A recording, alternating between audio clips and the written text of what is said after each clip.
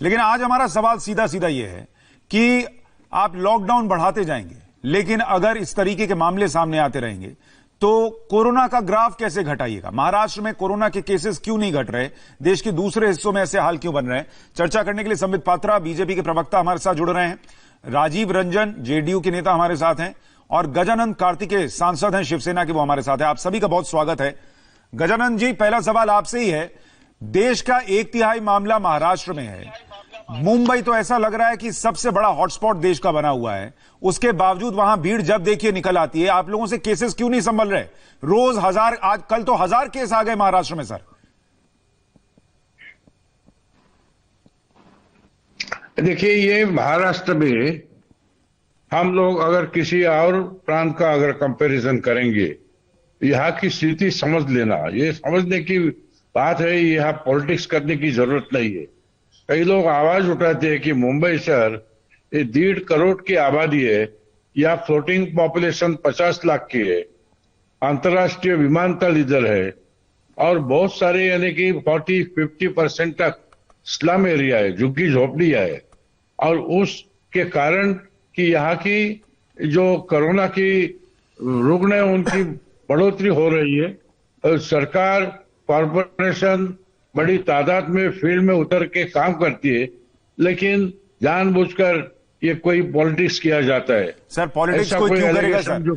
11,000 cases आ रहे हैं, रोज 1,000 case आ रहे हैं, 800, 900, 1000 हो गया कल सर। और झुग्गी झोपड़ी क्या सिर्फ मुंबई और महाराष्ट्र में है सर? देश में झुग्गी झोपड़ियां खत्म हो गई हैं। उत्तर प्रदेश में 20 करोड़ की आबादी है सर, 20 करोड़, और वहां 2000 केसेस हैं, और महाराष्ट्र में 11,000। किधर 20 करोड़ है? उत्तर प्रदेश की बात कर रहा हूं सर। अरे हाँ, लेकिन ये देखो कि मुंबई के वजह से बड़ा है ना। मुंबई में आपको मालूम है कि इतनी बड़ी लंबी मुंबई है, ये अंतर्राष्ट्रीय नगरी है, यहाँ झोपड़े बहुत है, वो बहुत पूर्वी से यानी बहुत पुराने झोपड़े है। उसके कारण ये सोशल डिस्टेंसिंग 10 बाय 15 का घर रहता है, उसमें 5-6 लोग रहते हैं। सोशल डिस्टेंसिंग कितनी मुमकिन है उधर? तो आप ये कह रहे हैं सर आपके बस का नहीं है, वहां झोपड़ियां तो अब कल के कल खत्म नहीं हो जाएंगी, तो आप ये कह रहे हैं कि अभी केसेस बढ़ते जाएंगे?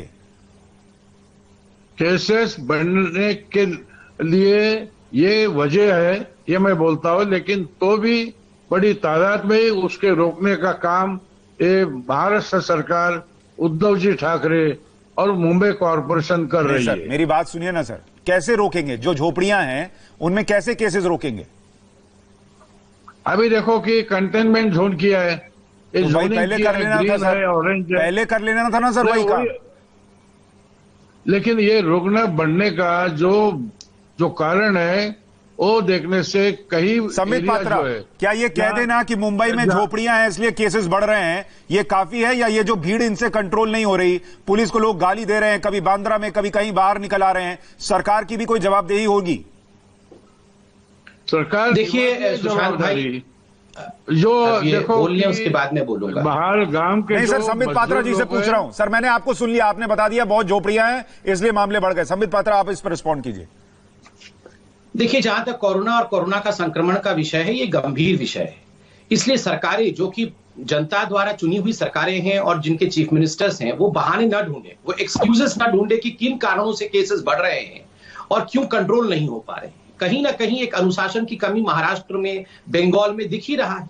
कुछ ना कुछ ढकने की कोशिश हो रही है। हमने बांद्रा में भी देखा था किस प्रकार से एक बहुत बड़ा माइग्रेंट पॉपुलेशन बीच में बाहर निकल के आ गया था, अफवाहों के कारण आ गया था, पुलिस उसे कंट्रोल नहीं कर पाई थी। आज हम देख रहे हैं किस प्रकार से कुर्ला क्षेत्र में जो वीडियो आप दिखा रहे हैं, किस प्रकार कोरोना वॉरियर जो हमारे पुलिस है वो अपने जान को जोखिम में डाल के लॉकडाउन को इंप्लीमेंट करने की कोशिश कर रहे हैं, किंतु उनके ऊपर अटैक हो रहा है, उनके ऊपर मारपिटाई हो रही है।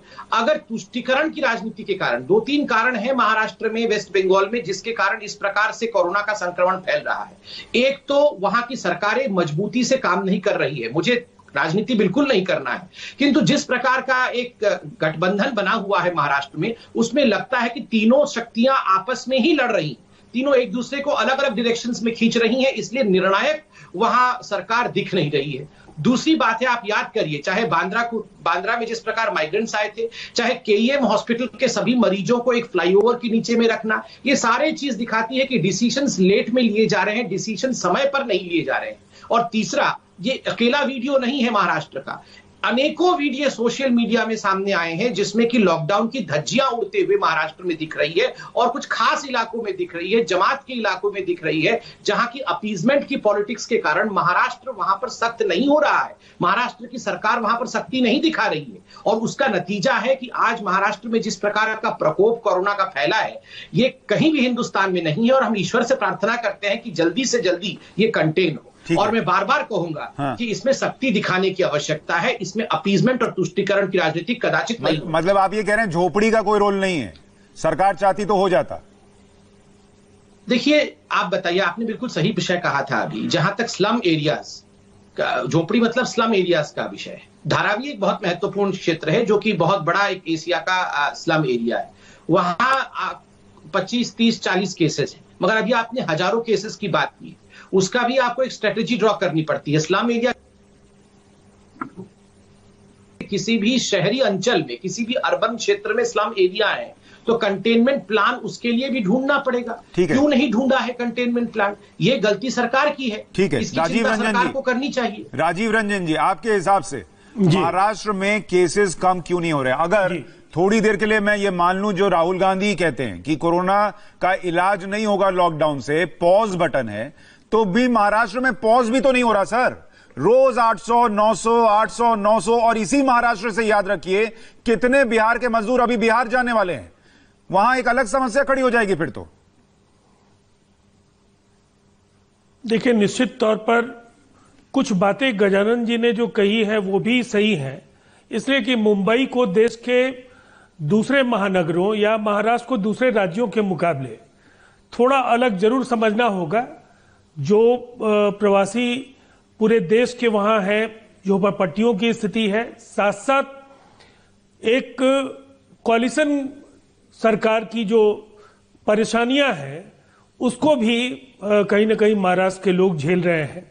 जो दृश्य अभी मैं देख रहा हूं, यहां मैं जरूर कहूंगा कि महाराष्ट्र सरकार को काफी मजबूती के साथ ऐसे तत्वों से निपटना पड़ेगा जो इस महामारी के खिलाफ इस लड़ाई को कहीं ना कहीं उलझाने की कोशिश कर रहे हैं। और संक्रमण के जिस तरह से मामले महाराष्ट्र में बढ़ रहे हैं और देश के अलग अलग हिस्सों में जब प्रवासी मजदूर जाएंगे और इनमें संक्रमित अगर लोग अगर चले गए तो तस्वीर पूरी तरह से भयावह हो सकती है। जब आज हम जोन्स में बांटकर एक रणनीति पर काम कर रहे हैं तो निश्चित तौर पर उन इलाकों को चिन्हित किया जाना बहुत मुश्किल नहीं रहा है जहां ये कठिनाइयां ज्यादा है, और उसके हिसाब से सरकार कर सकती थी ना सर। जोन सेंट्रिक स्ट्रेटजी पर काम करने की जरूरत वहां है। जी गजानन जी, सीधी सी बात इतनी है कि अब इस लॉकडाउन को बढ़ते बढ़ते अब हम तीसरे फेज में आ गए। अगर हम स्लम एरिया की भी बात करें, धारावी की भी बात कर लें, तो वहां 50, 40, 50, 100 केसेस होंगे, लेकिन महाराष्ट्र में सर 11,000 केसेस हैं, मुंबई में 7,000 से ज्यादा केसेस हैं। आप ये क्यों नहीं मानते कि आप लोग एक स्ट्रैटेजी नहीं बना पा रहे हैं? पुलिस सख्ती से लॉकडाउन का पालन नहीं करा पा रही और इस वजह से ये हो। नहीं, ये जो लॉकडाउन का जो पालन है, ये सब भीड़ जहां ज्यादा रहती है वहां पालन किया जाता है बहुत अच्छी तरीके से। दूसरी बात, ये जो नगरी है, ये पहले से ही ये नगरी में ऐसे कोई समझो कि कहीं एपिडेमिक हो जाती है तो ज्यादा फैलाव इधर इस नगरी में होता है। ये एक कॉस्मोपॉलिटन सिटी है। बिहार के, उत्तर प्रदेश के, हिमाचल के, देश में यूपी बिहार के लोग सर, सिर्फ मुंबई में थोड़ी है। देश में, मुंबई में ज्यादा है ना।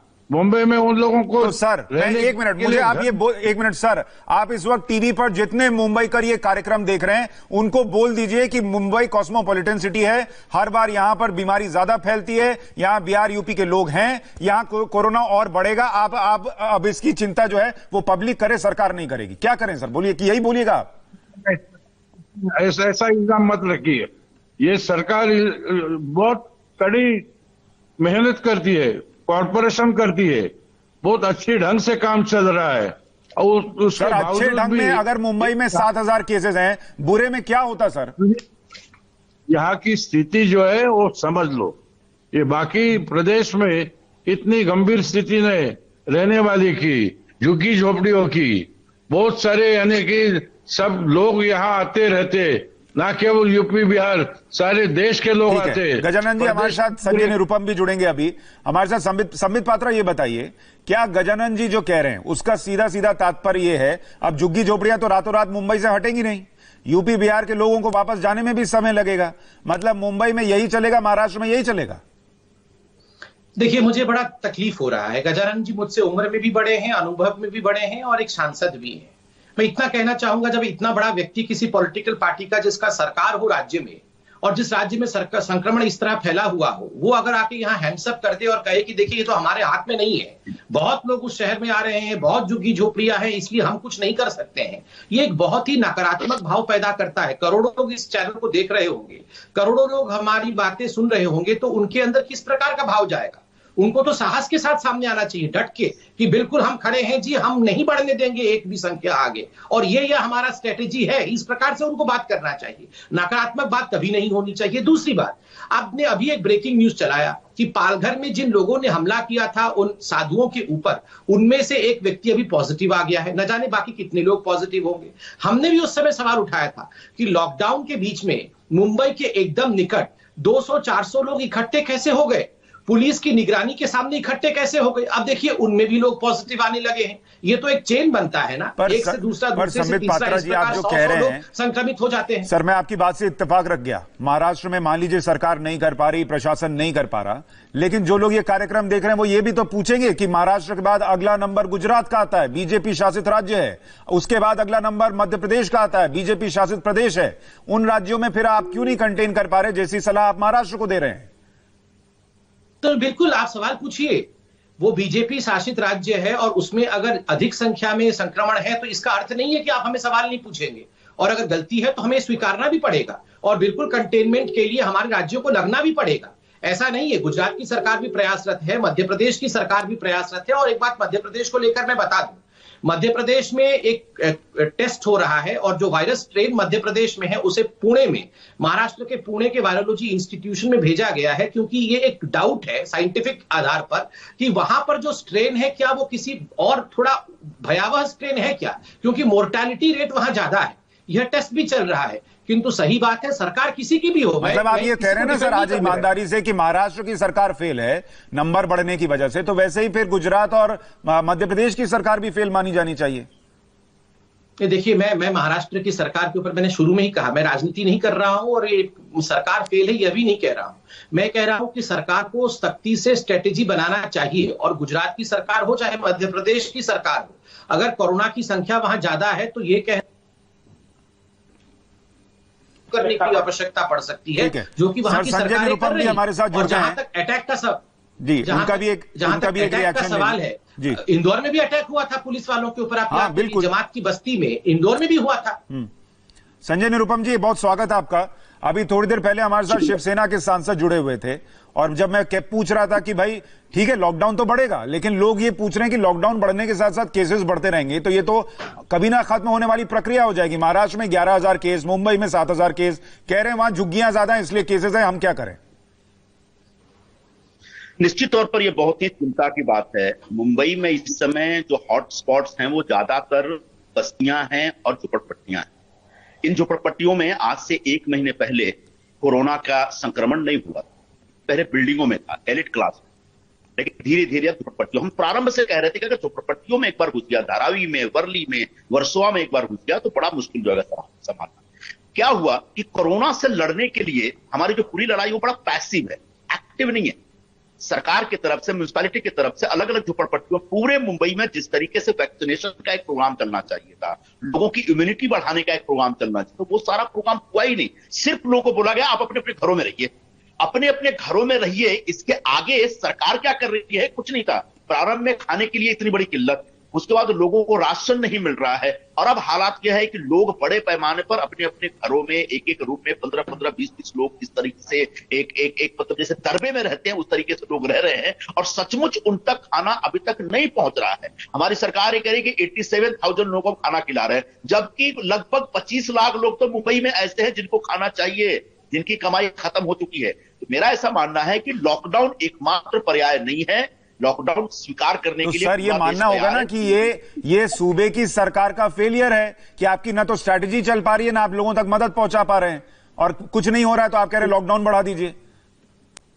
देखिए, मैं एकदम से ऐसा नहीं कह सकता कि सरकार फेल हो गई है। सच पूछे तो सरकार को समझ में नहीं आ रहा है इतने इस आपदा से कैसे निपटा जाए। सरकार के पास इसका कोई प्लान नहीं दिख रहा है।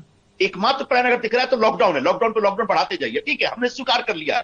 लेकिन उसके साथ साथ जो दूसरे प्रोग्राम चलने चाहिए थे, उसके साथ साथ जो साफ सफाई, वैक्सीनेशन और उसके बाद जो सैनिटाइजेशन का प्रोग्राम चलना चाहिए था। प्रारंभ में आपने देखा होगा कि वर्ली में, परेल में सैनिटाइजेशन हुआ, उसके बाद और कहीं नहीं हुआ। तो सैनिटाइजेशन का प्रोग्राम एक बहुत मास लेवल पे चलना चाहिए, वैक्सीनेशन का प्रोग्राम मास लेवल पे चलना चाहिए। कुछ मेडिसिन उपलब्ध हैं जिससे इम्यूनिटी बढ़ सकती है, उस मेडिसिन का डिस्ट्रीब्यूशन मास लेवल पर डिस्ट्रीब्यूशन होना चाहिए। वो सारी चीजें दुर्भाग्यवश मुंबई में या महाराष्ट्र में या कहीं भी, मुझे बाकी राज्यों का पता नहीं है, महाराष्ट्र में, मुंबई में नहीं हो रहा है। ये दुर्भाग्यपूर्ण बात है। ठीक है राजीव जी, मैं आपके पास आऊंगा, उससे पहले संबित पात्रा को जोड़ना चाह रहे हैं। संबित जी, देखिए, अमूमन मैं और संजय निरुपम बहुत सारी बातों पर एग्री नहीं करते हैं, मगर आज संजय निरुपम जी ने एक तरह से, चूंकि वो कांग्रेस के एक बड़े नेता भी हैं और मुंबई बेस्ड नेता भी हैं, उन्होंने बहुत सारी बातें कही हैं जो शायद हम नहीं जानते थे। आज उन्होंने बड़ी बात कही कि सरकार कहीं ना कहीं समझ नहीं पा रही है कि उसे क्या करना है। सरकार, महाराष्ट्र की सरकार के पास एक प्लान की कमी दिख रही है। जो सैनिटाइजेशन उन्हें गली गली में इन झुग्गी झोपड़ी के इलाकों में करना था, वो सरकार नहीं कर पा रही है। राशन बांट नहीं, इन विषयों को महाराष्ट्र की सरकार को हमको फ्लैग करना होगा कि आखिर एसडीआरएफ अकाउंट में पैसा पहुंचने के बावजूद भी जो नॉन राशन कार्ड होल्डर्स हैं उन तक राशन क्यों नहीं पहुंच पा रहा है। आखिर सैनिटाइजेशन की किसी प्रकार की कमी नहीं होने के बाद भी ये इलाके सैनिटाइज क्यों नहीं हो पा रहे हैं। बस एक ही बात से मैं एग्री नहीं करता हूं कि मास मेडिकेशन हो इम्यूनिटी बढ़ाने के लिए। ऐसा मेरे जानकारी में कोई मेडिसिन नहीं है जिसको हर किसी को दिया जाए जिससे कि इम्यूनिटी बढ़ जाए, क्योंकि साइड इफेक्ट्स मेडिसिन के होते हैं। कोई बात नहीं, देखिए संजय निरुपम जी, आप जो जोड़ रहे हैं वो तो बोलिए ही, साथ में चूंकि आपका नेटवर्क जो है वो बिहार, यूपी के लोगों के साथ बहुत जबरदस्त है, दूसरे जगहों पर भी आप संपर्क में हैं। जो महाराष्ट्र की हम निंदा कर रहे हैं वो तो ठीक है, सरकार से सवाल पूछ रहे हैं, लेकिन गुजरात और मध्य प्रदेश जो दूसरे और तीसरे नंबर पर हैं कोरोना केसेस के मामले में, वहां की सरकारों का आपका आकलन क्या कहता है? वो ठीक कर रहे हैं? वहां केसेस क्यों बढ़ रहे हैं? संजय निरुपम, पहली बात यह है, संदीप स्वयं एक डॉक्टर हैं, मैं उनके डॉक्टरी की जो नॉलेज है उसको चैलेंज नहीं कर रहा हूं, लेकिन बहुत सारे वैक्सीन हैं, जैसे बीसीजी के टीके हैं, H1N1 के टीके, इससे इम्यूनिटी बढ़ती है। तो एटलीस्ट लोग जो घरों में बैठे उनकी इम्यूनिटी बढ़ाने के लिए वैक्सीनेशन का प्रोग्राम चलना चाहिए था, जो कि एकदम ठप है। समित ने कहा कि मैं संजय निरुपम से सहमत हूं, क्योंकि महाराष्ट्र गवर्नमेंट इस तरह से काम नहीं कर। सच यह है कि पूरे देश में कोई भी राज्य सरकार एक जितनी रणनीति के तहत इस कोरोना वायरस से लड़ने का प्रोग्राम बना सकती थी, सच पूछे तो नहीं बना पाई। हम एकदम हतबल हो गए, हम एकदम असहाय हो गए। सर इसमें थोड़ा जोड़ दूं, केरला ने किया है सर, केरला ने किया सर, केरला में तो विदेश से पहले मुझे जरूर डिबेट में लाइए, मुझे कुछ जरूरी बातें कहनी। हो सकता है केरला ने किया होगा, लेकिन अच्छा रह गई बात अब माइग्रेंट लेबर जो यूपी बिहार के लोग हैं। मैं पिछले 1 महीने से मैं स्वयं बोल रहा हूं कि इनको जाने दीजिए अपने अपने घरों में। आप कैसे जाने दे सकते हैं? वे खुद भी जाने को तैयार है, बसें आपके पास अपनी हैं, सरकारी बसें हैं, प्राइवेट बसें, उन बसों से जाने दीजिए। जाने से पहले ज्यादा से ज्यादा उनकी स्क्रीनिंग कर लीजिए, उनको अपने अपने राज्यों में जाने दीजिए। लेकिन एक अजीब तरह की जिद, या उनके पास कोई डाटाबेस नहीं है, उनको पता ही नहीं है कि कितने माइग्रेंट लेबर्स मुंबई में या मुंबई के आसपास। ठीक है राजीव रंजन, आप क्या जोड़ रहे हैं इसमें? अभी देखिए, मैं ये कह रहा हूं कि देखिए, इस संकट की घड़ी में बिहार ने जो कुछ किया है वो भी देश को जानना जरूरी है। इसलिए कि हमारे यहां लगभग 76 लाख घरों में door to door pulse polio के तर्ज पर हम लोगों ने स्क्रीनिंग कराया। लगभग 4 करोड़ लोगों तक ये डोर टू डोर स्क्रीनिंग का काम पहुंचा है। और जहां तक माइग्रेंट लेबरर्स का सवाल है, तो बिहार ने तो ऐप के जरिए ये पता कर लिया है, लगभग 30 लाख लोग अब तक रजिस्टर्ड हो चुके हैं उस ऐप के जरिए।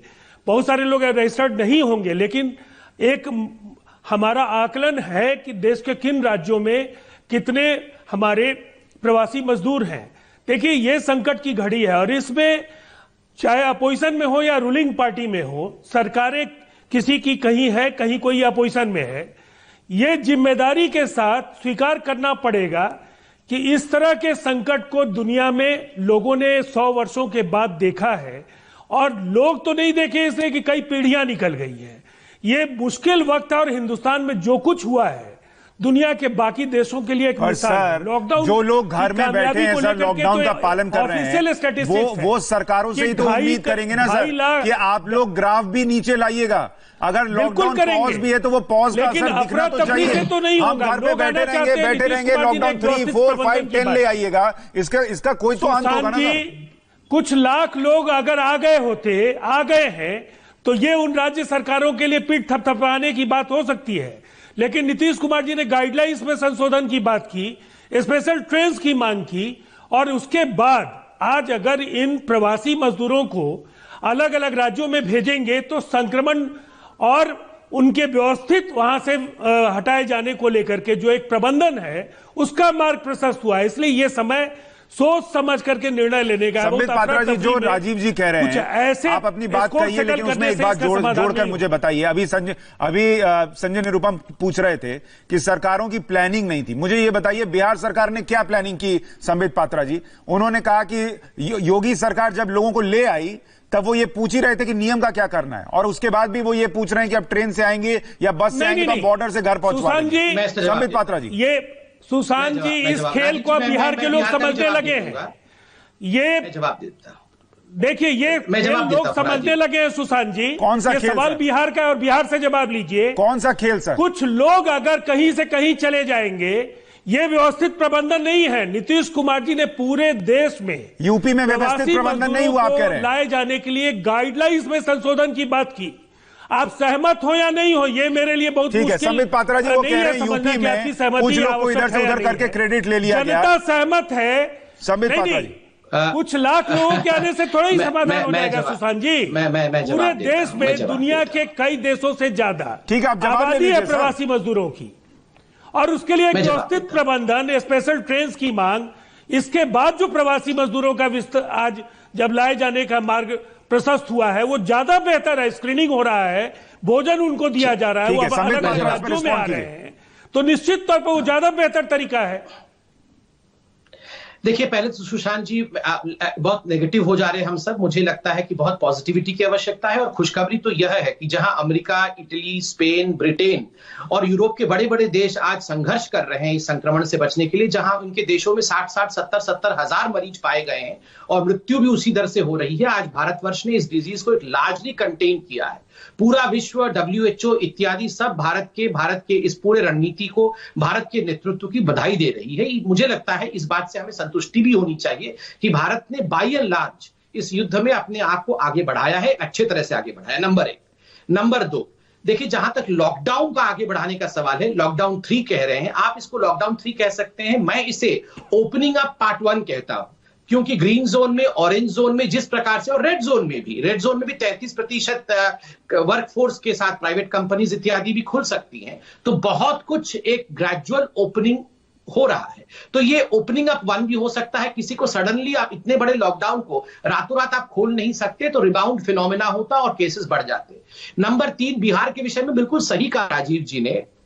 देखिए, 30-40 लोग प्रवासी मजदूर हैं, 30-40 लोग एक राज्य, बहुत बड़ी बात होती है। इतने लोगों को व्यवस्थित रूप से लाना, उसके लिए स्पेशल ट्रेन इत्यादि को अरेंज करना, ये एक अनप्रेसिडेंटेड सिचुएशन है। इसलिए हम सबको कोऑपरेट करके काम करना है, ये तू मैं से नहीं होने वाला है। बाकी मैं महाराष्ट्र के लिए भी बहुत बहुत शुभकामनाएं देता हूं, अच्छे से काम कर रहे होंगे।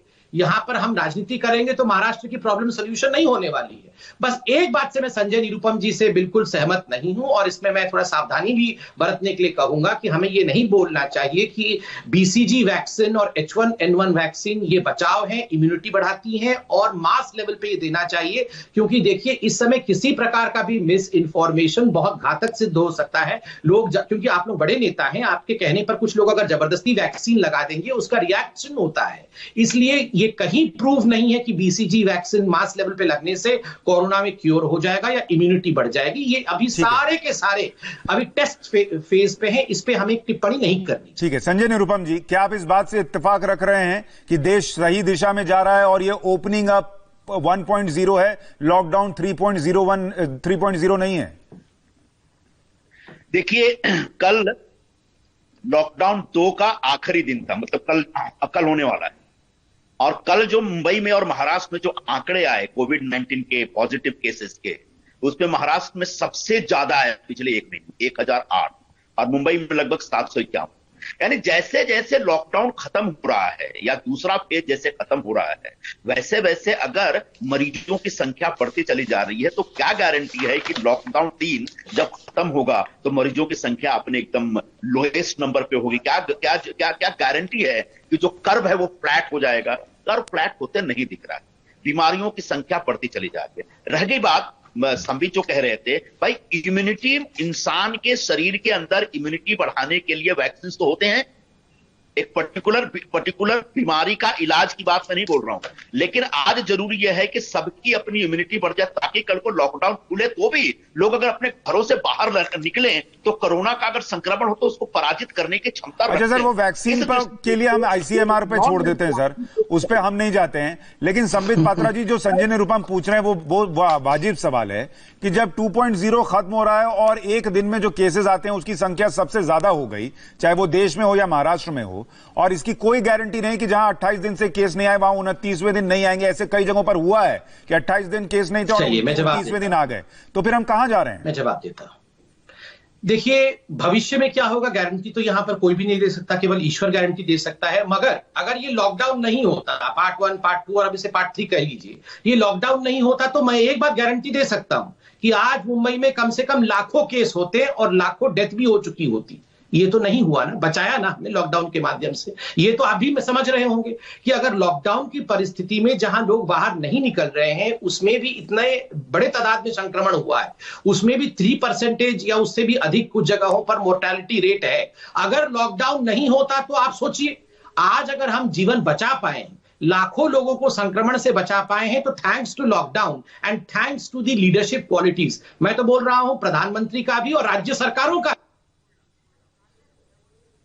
कर रहे हैं। मैं कह रहा हूं अगर राज्य सरकारें भी, चाहे हमारी सरकार हो, चाहे केरल की सरकार हो, चाहे हिमाचल प्रदेश की हो, चाहे महाराष्ट्र की हो, ये सब मेहनत तो कर रहे हैं ना। दिल्ली की सरकार हो, बिहार की सरकार हो, सभी के मुख्यमंत्री मेहनत तो कर रहे हैं ना। तो इसलिए लॉकडाउन को कोसना और ये कहना कि क्या गारंटी है भविष्य के लिए, इसका ये सोल्यूशन नहीं है। हमें साइंटिफिक टेम्परामेंट के साथ काम करना है। और जिस इम्यूनिटी के बारे में आप बोल रहे हैं उसको हर्ड इम्यूनिटी कहते हैं, HERD, मतलब ग्रुप में इम्यूनिटी डेवलप करता है। इम्यूनिटी वाला रहने दीजिए समय के साथ। संजय निरुपम जी कुछ जोड़ रहे हैं। वो बात नहीं कह रहा हूं मैं वो उसका बात नहीं कह रहा हूं। लॉकडाउन के बढ़ने के साथ साथ एक हर्ड इम्यूनिटी पूरे वर्ल्ड में बात होती है कि समय के साथ साथ एक हर्ड इम्यूनिटी भी डेवलप करेगी, जिससे कि संक्रमण की संख्या और मृत्यु दर में भी कमी आएगी। ये सारी चीज समय के साथ होता है, जिसको अंग्रेजी में कहते हैं लेट्स बाय सम टाइम। हमें समय खरीदना चाहिए जिससे कि ये संक्रमण आगे नहीं फैले। संजय निरुपम जी, मेरा ये बात सही है कि भविष्य में क्या होगा इसकी गारंटी नहीं ले सकता, लेकिन मेरा पॉइंट इतना ही है जो मैंने प्रारंभ में कहा था, ये पूरे कोरोना से लड़ने का जो हमारा अभियान है वो बहुत ही पैसिव तरीके से, एक्टिव अभियान नहीं चल रहा है। जब तक हम एक्टिव नहीं होंगे, जब तक हम एक्टिवली कोविड-19 को पराजित करने का प्रयास नहीं करेंगे, तब तक लॉकडाउन दर लॉकडाउन चलता रहेगा। तो लॉकडाउन रखिए, जारी रखिए, कोई इसके खिलाफ नहीं है, लेकिन लॉकडाउन के साथ साथ कैसे कोरोना के खिलाफ एक सक्रियता के साथ, एक्टिविटी के साथ एक्टिव लड़ाई लड़ी जाए, उस लड़ाई के बारे में सरकार को सोचना पड़ेगा। उसी को कहते हैं प्लान, और वो प्लानिंग कहीं ना कहीं मिसिंग है। मैं किसी भी राज्य सरकार को दोष नहीं देना चाहता हूं, किसी भी सरकार को आज दोष देने का कोई अर्थ नहीं है, लेकिन निश्चित तौर पर ये एक बहुत ही अप्रत्याशित किस्म का वक्त है, अप्रत्याशित किस्म का संकट है, और इससे निपटने के लिए जो अप्रोच, जो सोच होनी चाहिए थी, वो मिसिंग दिख रही है। इतना तो है कि लॉकडाउन की वजह से केसेस जितने होते हैं, ये भी रिसर्च सामने आ चुकी है कि शायद वो लाखों होते, अभी उतने नहीं है, ये बात हमें माननी होगी। लेकिन हमारी कोशिश सिर्फ इतनी है कि सकारात्मक आलोचना से जो गलत हो रहा है वो रुक सके। मैं चाहूंगा आखिर में एक छोटा छोटा आप लोग अपील करते हैं। सर, आप लोग सब बड़े नेता हैं, जो लोग कोरोना वॉरियर्स पर हमला कर रहे हैं, लॉकडाउन का पालन नहीं कर रहे हैं, आप लोग 10-10, 20-20 सेकंड में अपने तरफ से एक अपील कर दीजिए। संबित पात्रा, अगर आप शुरू करें। देखिए, मैं दो चीजें कहना चाहता हूं। पहली बात तो है, जो लोग कोरोना वॉरियर्स हैं वो अपने जिंदगी, अपने परिवार की जिंदगी को जोखिम में डालकर मेरे लिए, आपके लिए और हमारे लिए काम कर रहे हैं, उनको तो पूछना चाहिए। उनके ऊपर इस प्रकार का आक्रमण बिल्कुल उचित नहीं है। वो नहीं होंगे तो कोरोना फैलेगा। दूसरी बात, अगर किसी को कोरोना हो जाए तो प्लीज फॉर गॉड से कोई सुइसाइड ना करे, कोई डिप्रेशन में ना जाए। ये ओनली 3% मोर्टेलिटी रेट है। 80% लोग एसिम्टोमेटिक रहते हैं और अधिकांश लोग ठीक होके आते हैं। इसलिए अगर किसी को पॉजिटिव भी आ जाए और शक भी हो तो घबराइए नहीं, हिम्मत से काम लीजिए। ठीक है, संजय निरुपम जी, छोटे में सर। देखिए, निश्चित तौर पर यह बहुत दुर्भाग्यपूर्ण बात है कि जो कोरोना वॉरियर्स हैं, जो जैसे हमारे मेडिकल स्टाफ है, पैरामेडिकल हैं या पुलिस वाले हैं या म्यूनिसिपैलिटी के अधिकारी हैं, उनके ऊपर जो हमले हो रहे हैं वो बहुत दुर्भाग्यपूर्ण बात है। ये हमले नहीं होनी चाहिए। और जो कोरोना के जो पेशेंट निकल के आ रहे हैं वो थोड़ा धीरज रखे। उनका इलाज तो नहीं है, लेकिन अगर उनको क्वारंटीन किया जाए तो निश्चित तौर पर वो फैलेगा नहीं और वो भी ठीक होकर के आ सकते हैं, क्योंकि ठीक होने वालों की प्रतिशतता ज्यादा दिखती है। पिछले 1 महीने में हम लोगों ने स्टडी किया है। निश्चित तौर पर कोरोना वॉरियर्स का समर्थन मैं करता हूं। देखिए, निश्चित तौर पर यह वैश्विक विपदा की घड़ी है और ऐसे में कोरोना योद्धाओं ने जो काम किया है वो अभिनंदन के पात्र है। लेकिन हम क्या कर सकते हैं, ये ज्यादा महत्वपूर्ण है। घर में रहें, शारीरिक दूरी का पालन करें और लॉकडाउन को जो जिन जोन्स में आप रह रहे हैं उसके लिए जो निर्धारित जो नियम है, जो निर्देश है, उनका हम अक्षरशः पालन करें। तभी इस विपत्ति से हम बच पाएंगे और इस महामारी पर जीत हासिल कर पाएंगे। बहुत शुक्रिया आप सभी मेहमानों का जुड़ने के लिए। और कोशिश यही है कि अगर कहीं केसेस बढ़ रहे हैं, सरकारें भी आत्ममंथन करें, प्रशासन भी आत्ममंथन करे, कहां चूक रह गई है, कहां और ज्यादा तैयारी की जरूरत है, और लोग भी ये समझें कि ये उनके लिए है। सरकारों और प्रशासन की मदद करना लोगों की भी जिम्मेदारी है। फिलहाल हम एक छोटे से ब्रेक ले रुक रहे हैं। ब्रेक के बाद देखिए निजामुद्दीन मरकज के मौलाना साद से जुड़ी एक बड़ी खबर।